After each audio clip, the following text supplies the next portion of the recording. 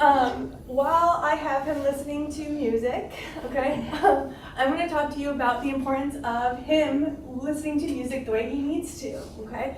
So, my name first off is Sarah Binion, and one thing that I've noticed when I was first married to my husband, he had great hearing. I didn't have to yell at him across the room, like it was wonderful. But now, after we've been married for almost 8 years and we've been together, I've had to tell him to come here, to physically come to me before I can actually have a conversation with him.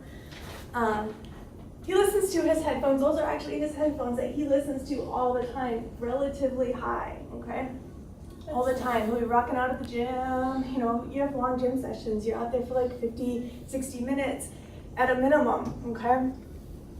But I'm here to tell you that that's hazardous noise, okay? That actually affects your hearing in the long run, okay? So first off, I'm going to be talking to you a little bit about what the ear is, okay? Just quick anatomy lesson real quick. The ear is broken up into 3 different parts. You have your outer, you have your 3 bones, which is your middle, and then you have your inner ear, okay?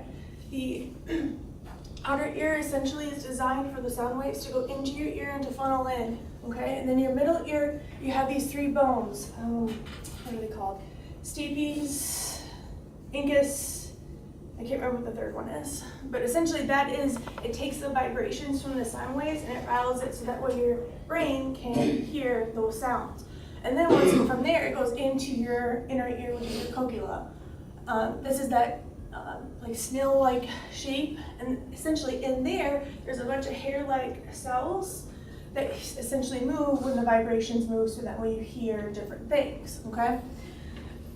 So we'll get into a little bit this later, but I got this from the WHO. The World Health Organization essentially did a huge article in 2016, last year, about noise-induced hearing loss, and specifically noise, not just occupational noise, and what our generation is going to be exposed to, not our parents' generation, which is going to be more occupational. I'm sorry, he's rocking up back there. It's quite funny. Did you want me to keep them on? No, keep them on. All right. I'll tell you when to take them off. All right. So, like I said, you have your noise-induced hearing loss, and then you also have your recreational hearing loss, okay? Recreational hearing loss is what we're going to be exposed to and listening to your headphones for too long, okay? He's listening to your average phone, regardless of the headphones, okay? Your phone outputs 105 decibels, okay? So what that means is that the volume that your ears are exposed to, it fatigues that inner ear, okay? It fatigues all those hair-like cells that are in this cochlea, okay?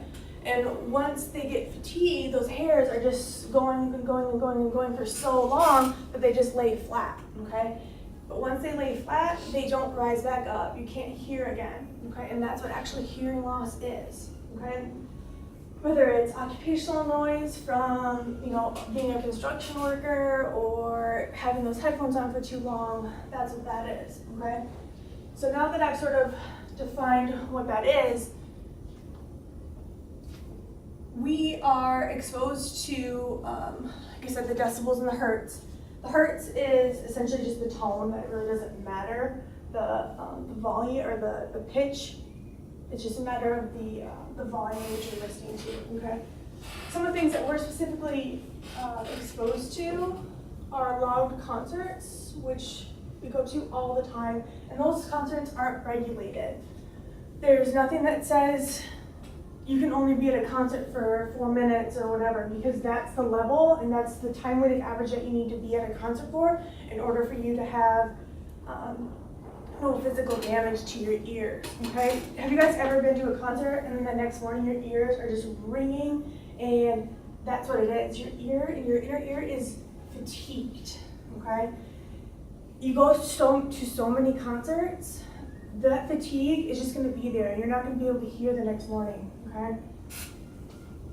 Also, loud headphones. That's going back to my main point, how I started this whole thing out, was having him. You can actually take those off now. Yeah. sorry, at 4 minutes. At 4 minutes, at that sound level, that's actually considered hazardous noise, okay?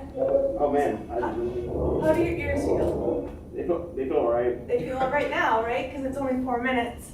But that volume is actually a little bit less than what your average concert is. Your average concert is about 120 decibels. At that decibel, you actually only need to be exposed to for 4 minutes. Excuse me, 1 minute and 40 seconds. Okay? So what can you do to prevent that? There's a lot of apps that you can do to control essentially the volume at which your headphones are at. Most mobile devices actually can control it. All you have to do is just limit that volume just by a little bit, and you can actually listen to your headphones for as long as you want at max volume and have no effects, no health effects, okay? So that's what I would recommend, is just having that volume control set on your mobile device to prevent that from happening. And then also there is a lot of different apps for decibel readings. So you can actually record like the decibel reading at which you're at, like the one that I have, I use very frequently. I'm putting out about 78 decibels right now, so it's just kind of coincidence and kind of fun facts just for you to watch. That's what I have.